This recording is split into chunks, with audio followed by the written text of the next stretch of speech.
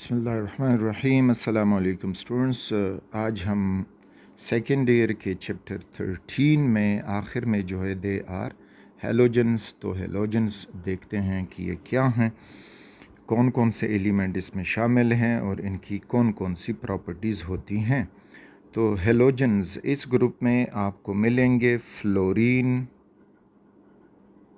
Chlorine, bromine, iodine and astatine.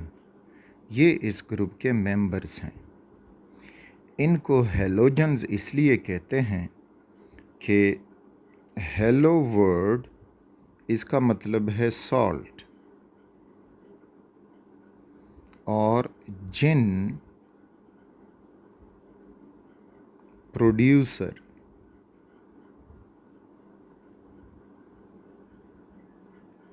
यानी ये element जो हैं these are salt producing elements. जब भी ये किसी मेटल के साथ मिले, for example the most common salt sodium chloride, इसी तरह आप ले सकते हो potassium iodide, similarly magnesium chloride etcetera. तो ये सारे इनके साल्ट्स पाए जाते हैं, तो इस वजह से इनको हेलोजन का नाम दिया गया। ये एलिमेंट्स जो हैं exist as diatomic molecules.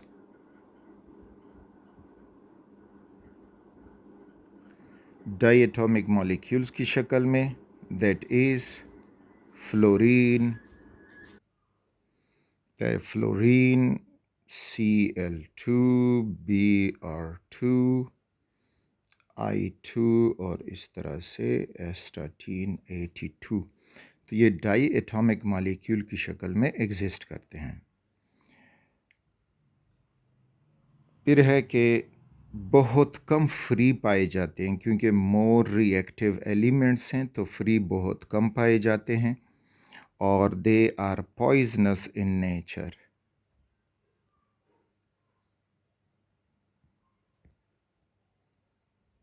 यानी अगर हम इसमें सांस लेंगे so they are poisonous in nature. तो ये इनके कुछ इंट्रोडक्टरी प्रॉपर्टीज़ हो गए हैं। इनके अब एटॉमिक एंड फिज़िकल प्रॉपर्टीज़, तो उसमें पहला हमें मिलता है इनका इलेक्ट्रॉनिक कॉन्फ़िगरेशन। तो ये हुआ इनका इलेक्ट्रॉनिक कॉन्फ़िगरेशन।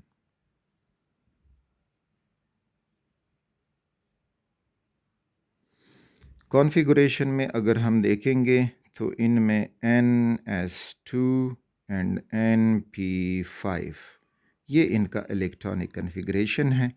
ये N जो होता है ये प्रिंसिपल क्वांटम नंबर को रिप्रेजेंट करता है, और एक तो ये यहाँ से पॉइंट ले लें कि ये प्रिंसिपल क्वांटम नंबर है।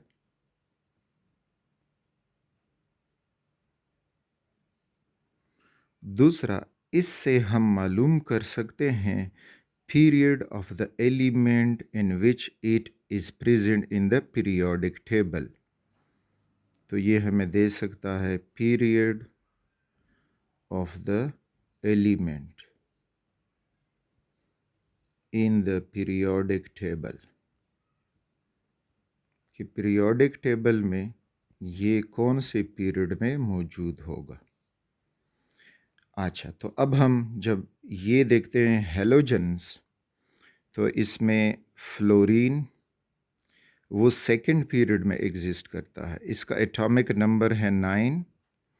तो अब इधर लगेगा हीलियम बतौर शॉर्टकट, जिसमें 2 इलेक्ट्रॉन एकोमोडेट हुए।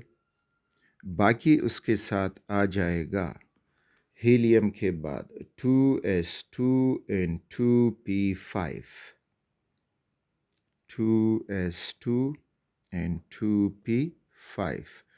तो फ्लोरीन सेकंड पीरियड में है, और इसके जो आखिरी शेल है तो उसमें 7 इलेक्ट्रॉन है, जो एलिमेंट जिस ग्रुप में होगा तो ग्रुप नंबर शो करेगा उसके वैलेंस शेल में कितने इलेक्ट्रॉन होंगे, और ये जो है जिस पीरियड में होगा तो उस पीरियड से हमें शो होगा कि वो कितने एटम, उसका कितने शेल से बना हुआ है। क्लोरीन की तरफ आएंगे तो क्लोरीन एटॉमिक नंबर 17, इधर अब लग जाएगा हमारे पास नियॉन, और यानी नियॉन में 10 इलेक्ट्रॉन एकोमोडेट हुए। बाकी इलेक्ट्रॉन अब ये हो जाएगा कि क्लोरीन थर्ड पीरियड में है तो 3s2 एंड 3p5। तो ये हुआ क्लोरीन का इलेक्ट्रॉनिक कन्फिग्रेशन। फिर जब हम ब्रोमीन की तरफ जाते हैं तो ब्रोमीन का एटॉमिक नंबर हो जाता है 35।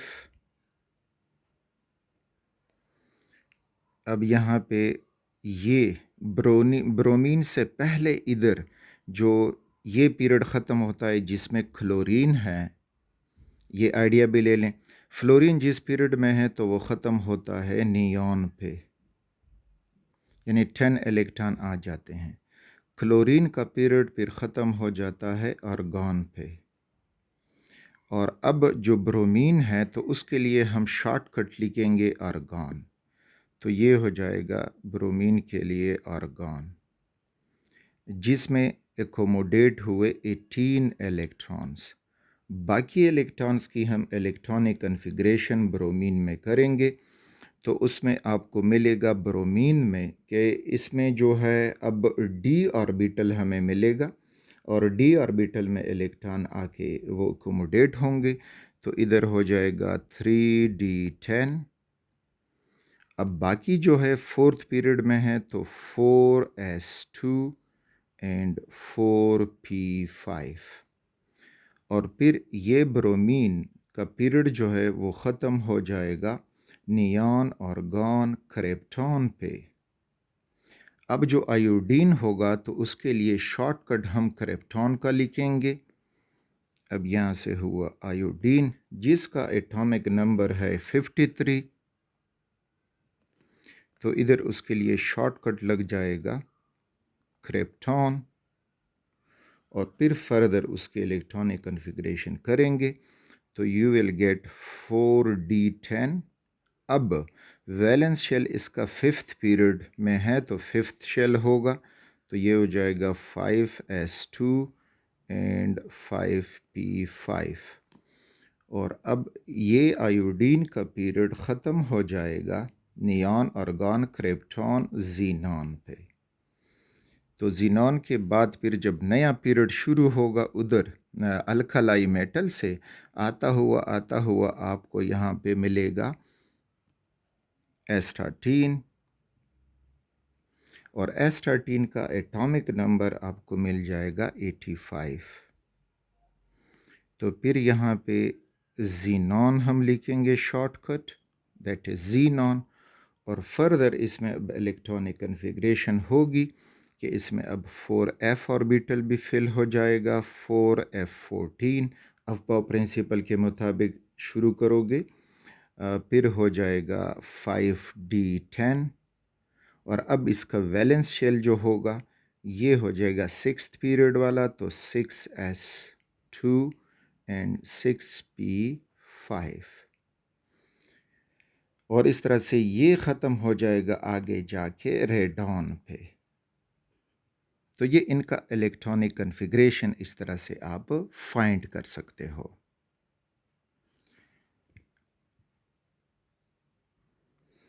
अच्छा, यहाँ पे एक इजी सा ट्रिक के आगे जो एटॉमिक नंबर है वो कैसे आप प्रिडिक्ट कर सकते हैं।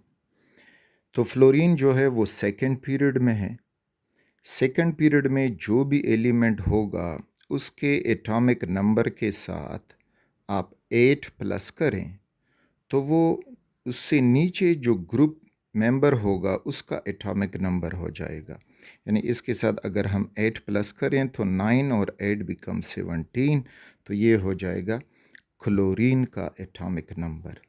अब क्लोरीन के बाद यानी जो आपको थर्ड पीरियड में एलिमेंट मिलेगा। तो थर्ड पीरियड एलिमेंट के एटॉमिक नंबर के साथ आप प्लस करें अब 18। तो 18 जब 17 के साथ प्लस होगा तो यू विल गेट 35। तो ये हो जाएगा क्लोरीन के नीचे का मेंबर ब्रोमीन, उसका एटॉमिक नंबर। और फिर ब्रोमीन के नीचे आयोडीन है। अब आयोडीन का एटॉमिक नंबर कैसे होगा कि आप ब्रोमीन के एटॉमिक नंबर से फर्दर 18 प्लस करें। तो जब वो 18 आप प्लस करोगे सो यू विल गेट 53। तो ये हो जाएगा आयोडीन का एटॉमिक नंबर। अब आयोडीन फिफ्थ पीरियड में है।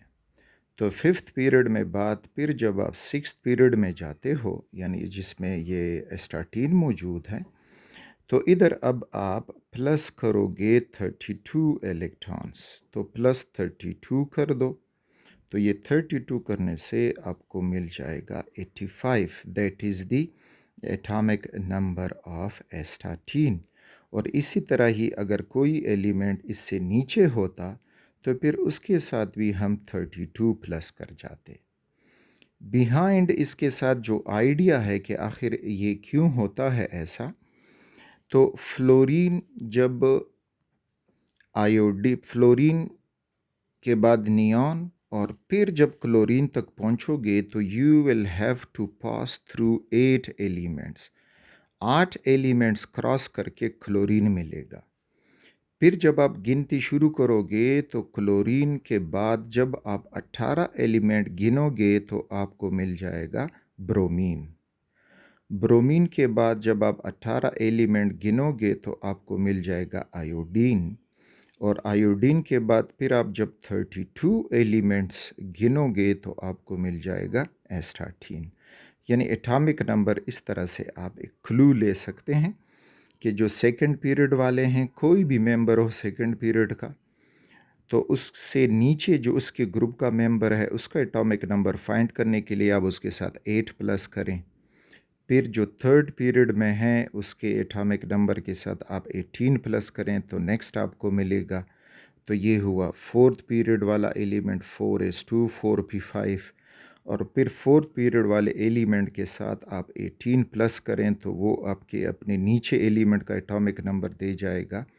तो इस तरह से ये हो जाएगा फिफ्थ पीरियड। और फिफ्थ पीरियड में फिर जब नीचे एलिमेंट जो सिक्स्थ पीरियड में है उसके साथ तो 32 प्लस करें so you will get the atomic number of that element. तो इस तरह जो हेलोजन फैमिली है, इसी तरह इससे पहले ऑक्सीजन फैमिली है, उनके साथ ऑक्सीजन के साथ अब 8 प्लस करोगे तो सल्फ़र का मिलेगा। सल्फ़र के साथ फिर 18 प्लस करोगे तो सेलेनियम का मिलेगा। सेलेनियम के साथ 18 प्लस करोगे तो टिलोरियम का मिलेगा। और इस तरह से 32 फिर प्लस करोगे तो आपको पोलोनियम का मिलेगा। तो ये था। अच्छा, अब अगर आपसे पूछा जाए कि ये जो हेलोजन्स हैं ये कौन से ब्लॉक ऑफ एलिमेंट में हम इनको क्लासिफाई कर सकते हैं, so all exist in P block elements, क्योंकि इनके highest energy electron P sub shell में आपको दिखाई दे रहा है। P5 P5 P5 P5। ठीक, तो ये था इनके इलेक्ट्रॉनिक कन्फिग्रेशन के बारे में। हेलोजन्स की जो नेक्स्ट एटॉमिक या फिज़िकल प्रॉपर्टी है that is atomic radius.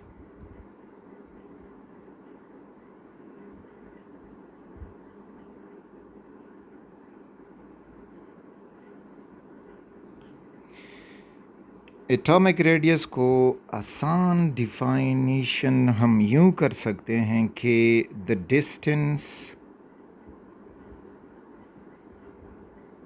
between the outermost electron and the nucleus is atomic radius.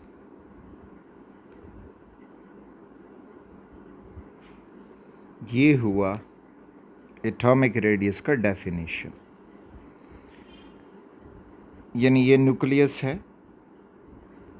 इसके इर्द गिर्द मुख्तलिफ़ शेल्स में इलेक्ट्रॉन जो हैं वो अरेंज हुए हैं।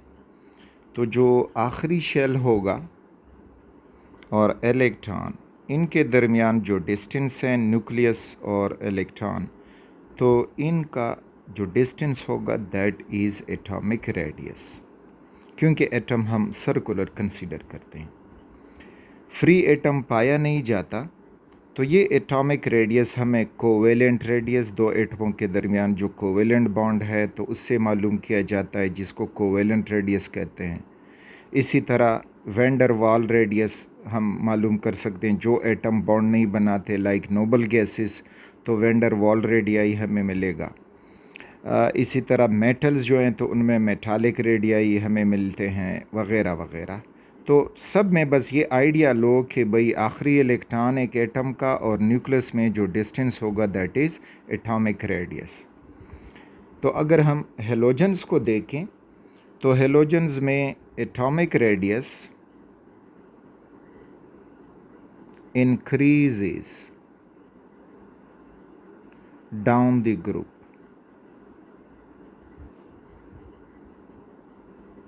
ग्रुप में जब नीचे जाते हो तो एटॉमिक रेडियस इंक्रीज़ होता है, यानी फ्लोरीन है, क्लोरीन, ब्रोमीन, आयोडीन और एस्टाटीन। तो इसका मतलब ये कि फ्लोरीन का एटम साइज़ में छोटा, क्लोरीन उससे बढ़ जाएगा, ब्रोमीन उससे ज़्यादा, आयोडीन और एस्टाटीन फिर सबसे ज़्यादा। अब रीज़न इसके पीछे अगर हम देखें कि रीज़न क्या है, तो रीज़न ये है कि a new shell is added to the atom below. जो नीचे वाला एलिमेंट है उसमें एक नए शेल का इजाफा होता है, यानी जो फ्लोरीन है वो सेकंड पीरियड में है तो ये दो शेल से बना हुआ है। क्लोरीन थर्ड पीरियड में है तो इसका एटम 3 शेल से बना है। ब्रोमीन फोर्थ पीरियड में है तो इसका एटम 4 शेल से बना है। आयोडीन का एटम 5 शेल से बना है। एस्टाटीन का एटम 6 शेल से बना है। तो मीन के एटम में शेल की तादाद ज़्यादा होती है, तो इस वजह से ज़रूरी बात है कि एटम का साइज़ भी बढ़ेगा। साथ में फिर जो एटॉमिक नंबर तो इंक्रीज़ हो रहा है, पीरियड में एटॉमिक नंबर जब इंक्रीज़ होता है तो न्यूक्लियस साइज़ या जो एटॉमिक रेडियस है वो डिक्रीज़ होता है। इधर एटॉमिक नंबर इंक्रीज़ हो रहा है, लेकिन साथ साथ में न्यूक्लियस और आखिरी इलेक्ट्रॉन, इनके दरमियान जो इनर शेल्स हैं वो भी बढ़ रहे हैं। तो जो न्यूक्लियस का अट्रैक्टिव फोर्स है वो इलेक्ट्रॉन के ऊपर कम हो रहा है। तो इस existence of inner shell between outermost electron and the nucleus is known as shielding effect। ठीक, तो ये कहलाता है shielding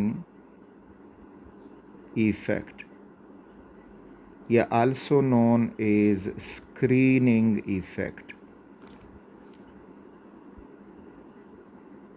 यानी जितने इलेक्ट्रॉन और न्यूक्लियस के दरमियान जो इनर शेल्स हैं, ये सारे हुए इनर शेल्स या कोर शेल्स। तो ये जितने ज़्यादा होते जाएंगे न्यूक्लियस का अट्रैक्शन इलेक्ट्रॉन पे कम हो जाएगा। So this decrease in attraction due to inner shells is known as shielding effect या फिर स्क्रीनिंग इफ़ेक्ट। तो हर पीरियड में down the group size increases.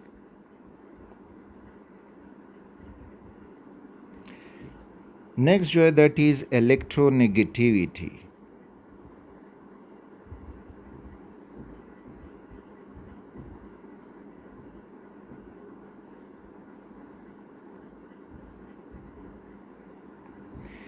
Electronegativity का डेफिनेशन ये है कि ये है measure of tendency of an atom to attract a shared pair of electron towards itself.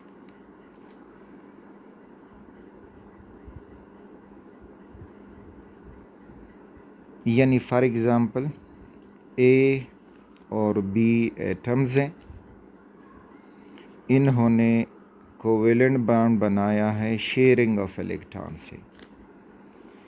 Different atoms हैं, तो अब ये जो इलेक्ट्रॉन पेयर है, एक एटम उसको अपनी तरफ ज़्यादा खींचेगा, उसकी तरफ वो करीब जाएगा। तो जिस एटम की इलेक्ट्रोनेगेटिविटी ज़्यादा होगी वो इस पेयर को अपनी तरफ ज़्यादा अट्रैक्ट करेगा, और इसी डिफरेंट अट्रैक्शन की वजह से ए और बी में जो बॉन्ड होगा वो हो जाएगा पोलर बॉन्ड। जो मोर इलेक्टिव नेगेटिव होगा वो हो जाएगा पार्शियल नेगेटिव चार्ज, और जो लेस इलेक्ट्रोनेगेटिव होगा वो हो जाएगा पार्शियल पॉजिटिवली चार्ज्ड। तो ये चार्ज सेपरेशन जो आती है that is because of the difference in electronegativity, और इसकी वजह से बॉन्ड पोलरिटी एराइज होती है। अब याद रखें कि जो भी पीरियड है वो लीस्ट इलेक्ट्रोनेगेटिव एटम पे शुरू होता है, और जब आप हेलोजन तक पहुंचोगे तो आपको मिल जाएगा मोस्ट इलेक्ट्रोनेगेटिव एटम, जबकि आखिर में आपको जो नोबल गैसेस मिलेंगे helium, neon, argon, krypton, xenon and radon, इसको ज़ीरो ग्रुप भी कहा जाता है क्योंकि इनकी ज़ीरो इलेक्ट्रोनेगेटिविटी होती है। वो इसलिए कि ये कोवेलेंट बॉन्ड ही नहीं बनाते, और जब कोवेलेंट बॉन्ड नहीं बनाते तो उनके ऊपर ये डेफिनेशन अप्लाई नहीं होता। तो नोबल गैसेस से पहले इधर हमें मिलेंगे हेलोजेंस, और हेलोजेंस जो हैं वो सारा ग्रुप मोस्ट इलेक्ट्रोनेगेटिव ग्रुप है। अच्छा, यानी पीरियड लीस्ट इलेक्ट्रोनेगेटिव ग्रुप से शुरू होगा और मोस्ट इलेक्ट्रोनेगेटिव हेलोजन पे ख़त्म होगा। अब यहाँ पे पॉलिंग एक साइंटिस्ट है, तो उसने एक स्केल बनाया जिसको पॉलिंग स्केल कहते हैं, जिससे उसने मुख्तलिफ़ एटमों की इलेक्ट्रोनेगेटिविटी उनकी बॉन्ड एनर्जी से मालूम की है। तो उसमें फ्लोरीन जो है वो सबसे मोस्ट इलेक्ट्रोनेगेटिव एलिमेंट है, most electronegative element of all the elements in the periodic table, और उसको वैल्यू दी गई है 4.0। और सबसे लीस्ट इलेक्ट्रोनेगेटिव एलिमेंट आपको मिलेगा सीजियम, जो अल्कलाई मेटल्स में पीरियोडिक टेबल के लेफ़्ट बॉटम कॉर्नर पे मौजूद है, उसकी सबसे लीस्ट इलेक्ट्रोनेगेटिविटी है। अच्छा, इलेक्ट्रोनेगेटिविटी वैल्यू तो याद नहीं रहती, जब भी कोई कैलकुलेशन इससे रिलेटेड होगी तो आपको ज़रूर वैल्यू दे जाएंगे, लेकिन बस ये पॉइंट याद हो कि सबसे मोर इलेक्ट्रोनेगेटिव जो है वो फ्लोरीन है, और सबसे लीस्ट इलेक्ट्रोनेगेटिव जो है वो सीजियम है। आई थिंक इसकी जो है वो 0.3 समथिंग इलेक्ट्रोनेगेटिविटी है। अच्छा, फिर अगर कहीं पे पूछा जाए कि इलेक्ट्रोनेगेटिविटी के लिए कौन सा यूनिट इस्तेमाल होता है, तो इलेक्ट्रोनेगेटिविटी हैज़ नो यूनिट, इसका कोई यूनिट नहीं है, जस्ट ये टेंडेंसी है एक शेयर्ड पेयर इलेक्ट्रॉन अपनी तरफ खींचना। फिर जिस ग्रुप में भी आओगे तो down the group electronegativity decreases, यानी फ्लोरीन क्लोरीन, ब्रोमीन, आयोडीन और साथ में एस्टाटीन, तो down the group electronegativity decreases.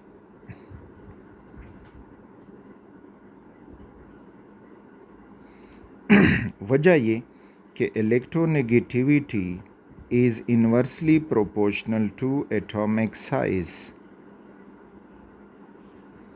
अगर एटॉमिक साइज़ बढ़ेगा तो इलेक्ट्रोनेगेटिविटी कम होगी। तो इधर जो ग्रुप में है फ्लोरीन छोटे साइज़ वाला है और इस तरह से डाउन द ग्रुप जाओगे तो साइज़ बढ़ रहा है, तो उनकी इलेक्ट्रोनेगेटिविटी भी डिक्रीज़ हो रही है। फिर इसमें जो रीज़न देखोगे वो इसलिए कि फ्लोरीन का न्यूक्लियस जो है वो और उसका बाहर वाला इलेक्ट्रॉन, तो ये मोर अट्रैक्शन लगाता है अपने इलेक्ट्रॉन पे because of its smaller size. लेकिन एस्टाटीन तक पहुंचेंगे तो एस्टाटीन के न्यूक्लियस से अपने इलेक्ट्रॉन भी दूर हो जाते हैं, तो इस वजह से इनका अपने इलेक्ट्रॉनों पे भी अट्रैक्शन कम होगा। जो शेड पेयर होगा तो उस पे भी इसका अट्रैक्शन कम हो जाएगा। तो electronegativity is inversely proportional to atomic size.